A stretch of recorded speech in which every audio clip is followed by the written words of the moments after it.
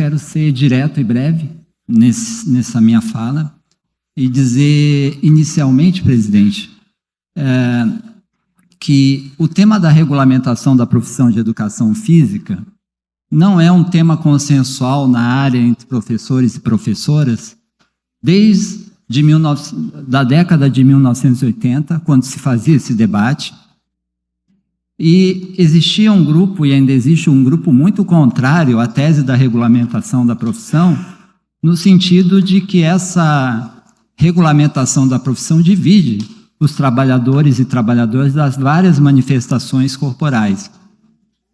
Mas aqui a gente está falando, sobretudo, das ingerências do sistema CONFEF-CREFS nas escolas.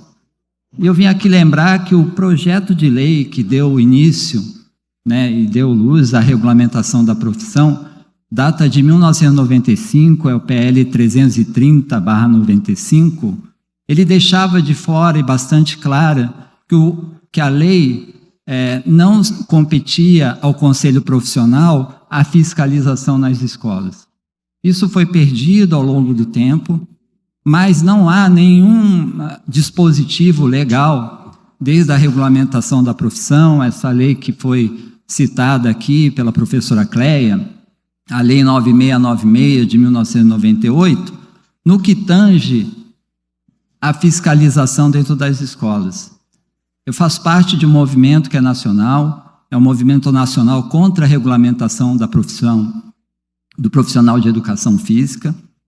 Porém, independente da regulamentação do profissional ou não, senhor presidente, é legítimo, é legal, baseando aqui em toda a nossa legislação educacional, baseando na LDB e vários outros pareceres que agora eu não vou ficar citando para não, que o MEC e o CNE já elaboraram, que não é de legítima legalidade que se fiscalize ou que se exija o registro profissional dos professores da escola, seja ele da educação física ou de qualquer outra coisa. Então esse é o tema hoje, nós vamos nos até ao tema, como nos foi pedido. Então, senhor presidente, nessa questão, a única coisa que é justo de ser pedido é uma isonomia, porque o registro profissional não é cobrado para nenhum professor. E existem outras profissões que têm regulamentação e que atuam na área escolar. Vou citar o caso da química, vou citar o caso da biologia, que tem conselhos profissionais, mas que compreendem que na docência não se fiscaliza. E esse era o projeto inicial desde o começo. Mesmo nós sendo reforços contrários a esse projeto da regulamentação da profissão, os próprios defensores que hoje são do Conselho Profissional sempre deixaram claro para nós que a regulamentação da profissão é uma coisa para ser feita do lado de fora da escola. Pois bem, após a regulamentação de 1998, eles começaram a fiscalizar a escola, incluíram a exigência do registro profissional em alguns concursos públicos e chegaram até a conseguir cobranças administrativas da esfera pública junto aos professores. Isso não ocorre aqui na nossa cidade, mas é uma realidade que vem se alastrando no país inteiro. E aí, senhor presidente, isso se agrava na atual promulgação da Lei 14.386, que é de 2022, que também, em hipótese alguma, aumentou a esfera de fiscalização desse conselho profissional. Portanto, não aumentou a possibilidade, ou não deixou a possibilidade, para que eles fiscalizassem a escola. Mas, a partir dessa legislação, aumentou-se a fiscalização ostensiva nas escolas. A professora Cléa citou um caso aí do Paraná, e eu cito um caso de Pernambuco, que um professor foi fiscalizado dentro de um colégio de aplicação como o nosso, de uma universidade federal, no qual os fiscais do Conselho Profissional entraram com a Polícia Civil, o que não é permitido no campus federal.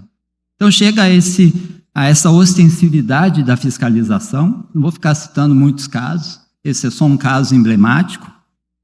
Há uma intensificação na cobrança de registro em concursos públicos e também uma ostensiva cobrança administrativa de professores, como no caso de Porto Alegre, do Distrito Federal. Isso tem causado muita revolta, né? Nós aqui em Juiz de Fora não presenciamos isso, como eu disse, mas o Brasil inteiro está revoltado com essa situação. E então aqui nós viemos falar das linhas resistivas a essa questão, e lembrando sempre, senhor presidente, nós somos contra a regulamentação da profissão, mas hoje a gente está falando da escola, e na escola nós precisamos resistir, né? Estamos juntos com os sindicatos, né? E aí existem leis que começam a aparecer no nosso país. A primeira lei foi a Lei Complementar 250/2023, em Biguaçu, Santa Catarina, e a gente trabalha num projeto de lei que é nacional, que é da deputada Luciene Cavalcante, é o 2062, um projeto de lei de 2023, o qual já teve um apoio da Câmara Municipal de Rio Grande do Sul, e do Conselho Estadual de Educação da Bahia. Gostaria até de sugerir que essa casa também colocasse o apoio ao projeto de lei da deputada Luciene Cavalcante. Isso nos ajudaria muito, a todos nós, professores e professoras. E existem vários projetos de lei que, na mesma esteira que se coloca aqui nessa casa, vão tomando corpo aqui no nosso país. Existe um projeto de lei do deputado Carlos Gianazzi, em São Paulo, que inclusive foi aprovado, mas foi depois vetado pelo governador de São Paulo. Existe um projeto do deputado Gabriel Magno, do Distrito Federal, que foi aprovado e foi vetado pelo governador do Distrito Federal. Agora, reparem, o que é bom para nós? O veto foi derrubado, acabou de ser derrubado. Então, lá no Distrito Federal, não se cobra mais, não se pode, é lei, não se pode mais cobrar o registro profissional dos professores e professoras. Então, há, não só na esfera federal, como eu disse, mas vários projetos de lei, inclusive municipais, que eu vim trazer aqui o conhecimento de todos e todas. Um projeto de lei do vereador Celso Gianazzi, que é da cidade de São Paulo. Outro projeto da vereadora Luciana Boatô, que é da cidade do Rio de Janeiro, mas também um projeto de lei do deputado Hilton Coelho, da Bahia, da deputada Bia de Lima, de Goiás. E nesse contexto é que a gente enquadra aqui o precioso projeto de lei da vereadora Cida aqui no nosso município. É importante mais esse projeto de lei para que a gente construa, né, essa coletividade de projetos de lei. Além de um mais recente, que foi o último que nós tivemos, da vereadora, Liana Cirne, de Recife.